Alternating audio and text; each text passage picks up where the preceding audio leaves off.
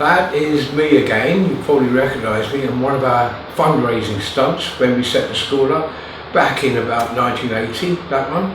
And we were raising funds. In this stunt, there were 50 of us tried to fly across the local river in Sunderland. We sponsored for this, and it's on such efforts that our buildings were bought and furnished and paid for.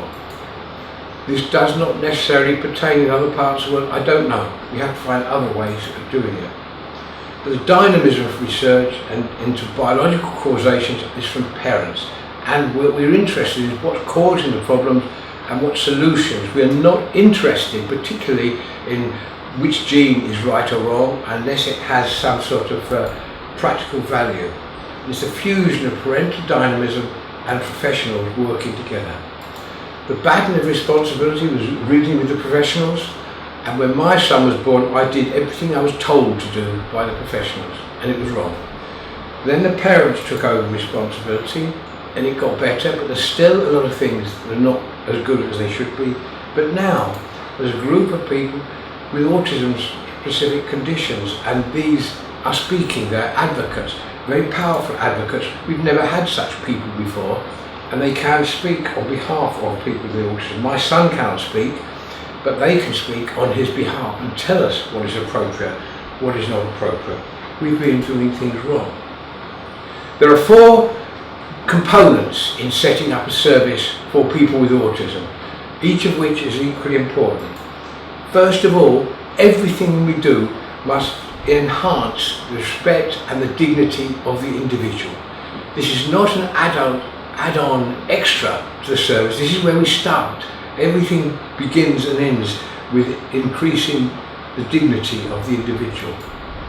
And Autism Europe, a few years ago, we got a Charter of Rights for persons with autism passed through the European Parliament.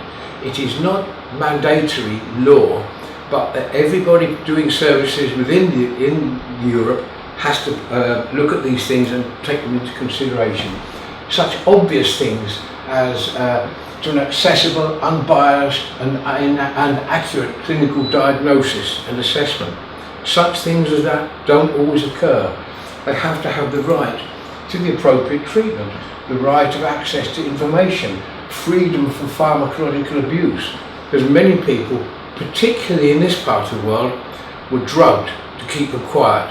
And all these things must be fought against, and these are the battles which parents have been fighting for many years now.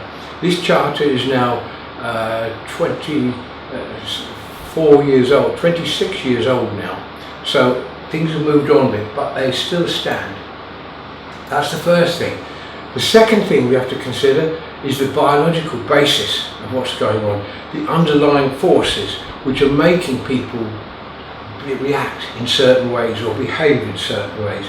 For example, we have some children who might lie over a chair all day, like this, or lying on the ground on a cold surface. They're taking the pain away, and it's a perfectly logical thing to do. It is not an autistic behaviour which we have to treat with psychology or other or behavioural issues to stop them doing it. We must treat the problem which is there. Other children eat strange things. The farmer knows when the sheep is eating from the bark from a tree and not the grass, it's short of certain vitamins and minerals. And the children are not saying, oh, I'm short of selenium or short of cobalt today, so I'm eating this electrical flex. But it often is a sign of instinctive behaviour to replace these things. These behaviours are signs that something is there which we can do. A lot of the children have sensory issues. We can test these looking at different colours. They eat different things. A lot of our children like very strongly flavoured foods, salty foods, very spicy foods, because they cannot detect the taste of these things unless they're more salty. It's not that they love the taste of salt, but they cannot detect it unless it is much stronger, and it should be. We discuss this more in the second lecture, we do. And colours appear with different intensity. Smells, they're very sensitive to smells. Most of their senses are dulled a bit, but not smells. Some smells When we smell something, if a lady comes in the room wearing perfume, we might think, phew, that's a bit strong. But 30 seconds later, it is gone. But with these children, the smell is there all the time. They do not habituate, get used to it. That smell, that orange shirt that you might be wearing is particularly obnoxious to some people with autism, so they get sensory overload. And these things will affect behaviour. You often see them putting their hands over their ears because the sounds are too loud.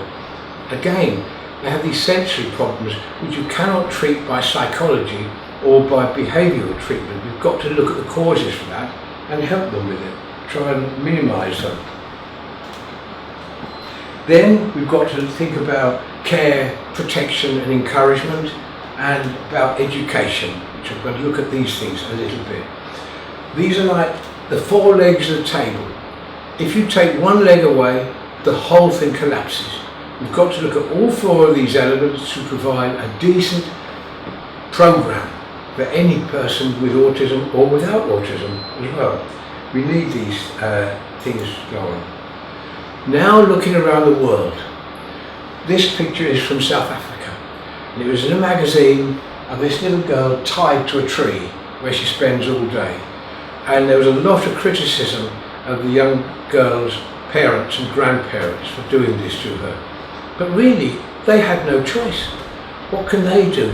The mother has to go to work, she's a single parent, she has to go to work, and they cannot afford for the child to wander off where animals would get her or other humans would do bad things to her. So the only safe thing they could do is keep her tied up to a tree. That is not treatment for a person with autism, and the government and the lack of services are to blame for this. And this, to be honest, is the rule in most parts of the world. There is virtually nothing going on to help them. In South Africa, for example, they return children with autism to their homelands, to their villages, but that's not a cure or prevention or help in any way. Maybe it lessens certain stresses, but it isn't a help. The government is not helping at all. It's up to parents, and we don't care about race or where we come from or anything like that. We've all got the same problems, and the parents in South Africa have got together to do what they can. But this depends very much. It is not a rich country. It depends upon people working together. And these people from all various parts of South Africa, the lady in the middle now, Jill, is actually the new president of the World Autism Organisation, a very active and capable lady.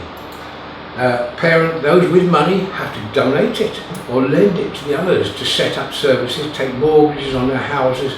The government isn't going to help, so they've got to do it themselves, somehow make the money, raise it by whatever means they can to do it. Now I'm going to show you a selection of things around the world which people have done, all the same way. One of the first communities was this one in Ireland, Dunferth Farm, and that is where my son is. He's very fortunate to have such a lovely home to live. He's one of these boys with great senses, too strong. So a farm environment is perfect for him, and he's very happy there. He's been there 20 years now. There it is in the winter. They have long winters in Ireland. You probably don't see this stuff, snow, in Sudan very much, but it's a feature you get in our part of the world, and it's particularly beautiful there. They have agriculture, they have animals, it's just a farm, a working farm, organic farm, and many of the products they make are sold to the exclusive restaurants in Dublin.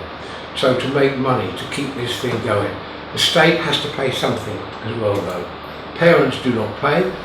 There is a similar establishment in North America, in the United States, where they've been doing this for some years.